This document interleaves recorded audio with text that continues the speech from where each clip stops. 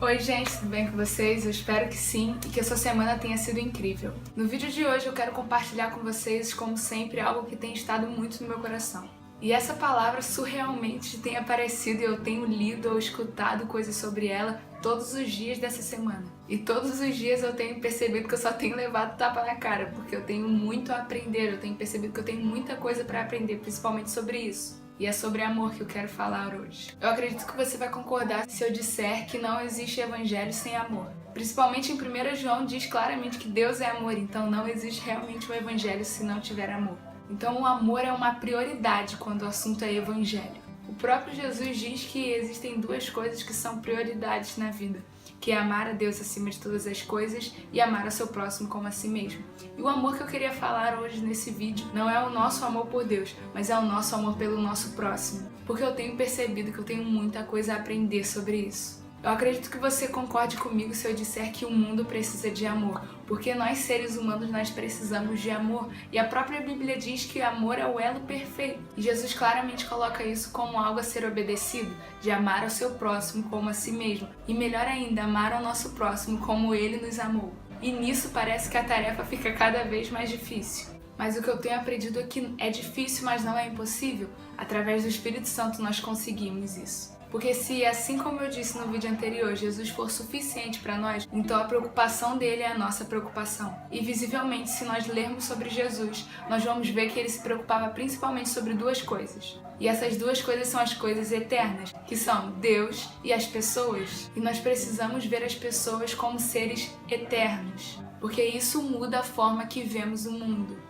Porque nós não mais vemos simplesmente pessoas, mas nós vemos almas. Nós percebemos que estamos lidando com almas, e elas são eternas. No livro que eu tô lendo, a autora traz um trecho que eu achei incrível. E na verdade é um trecho de um outro autor, que é bem conhecido, que é o C.S. Lewis, que é o mesmo autor de As Crônicas de Nárnia. E eu quero muito compartilhar esse trecho com vocês, porque me deixou muito impactada. O nome do livro é Evangelismo Natural, e diz assim: não existem pessoas comuns. Você nunca encontrou ninguém que fosse simplesmente um mortal. Contudo, é com imortais que brincamos, trabalhamos, nos casamos e que desprezamos e exploramos. Horrores imortais ou esplendores eternos.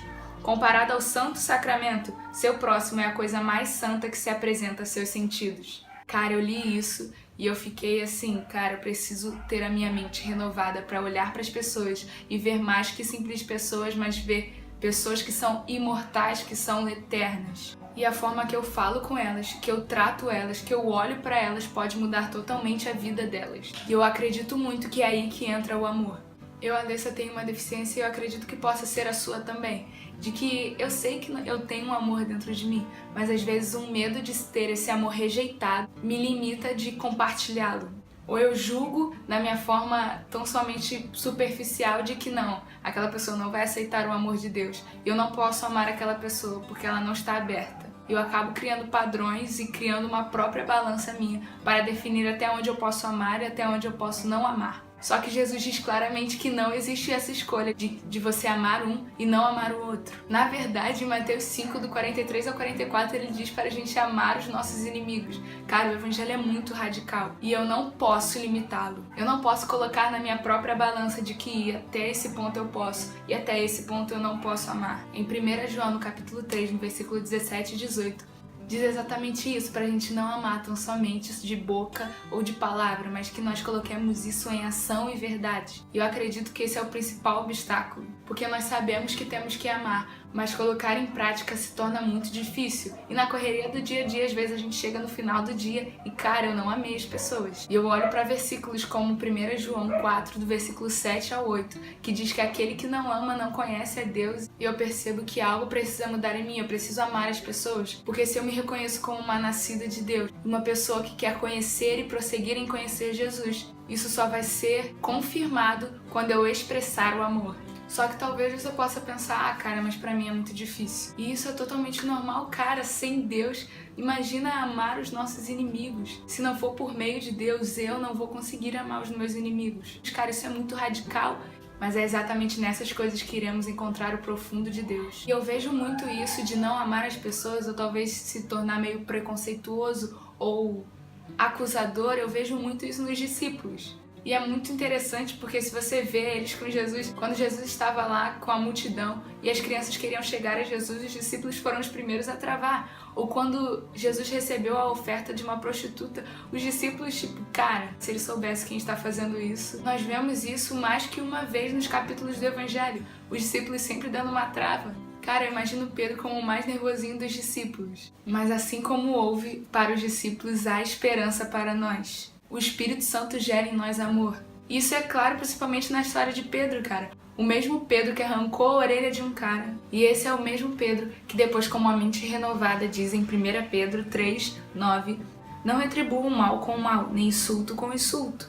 Ao contrário, bendigam, pois para isso vocês foram chamados, para receberem bênção por herança. E no capítulo 1 também ele diz sobre amar uns aos outros. No capítulo 4 também. Então mesmo que você ache que pra você não tem esperança, que você não consegue amar as pessoas, acredite, assim como os discípulos conseguiram, você também consegue e eu sei que eu também consigo. E eu tenho colocado a minha esperança nessa palavra.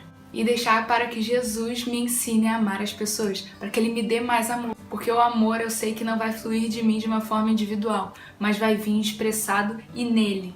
Vai vir, eu sei que é através dele, porque Deus é amor. Então que venhamos a pedir um batismo com amor. E que as prioridades de Deus sejam as nossas prioridades. Que o coração de Deus seja o nosso coração. Que os olhos dele sejam os nossos. Para que a partir daí nós amemos como ele ama. E que vejamos as pessoas assim como ele vê. Sem preconceito, sem julgamentos humanos, sem padrões humanos. Mas sim com uma perspectiva de Deus. Então eu convido você a pedir isso e a saber que Jesus nos chama para amar.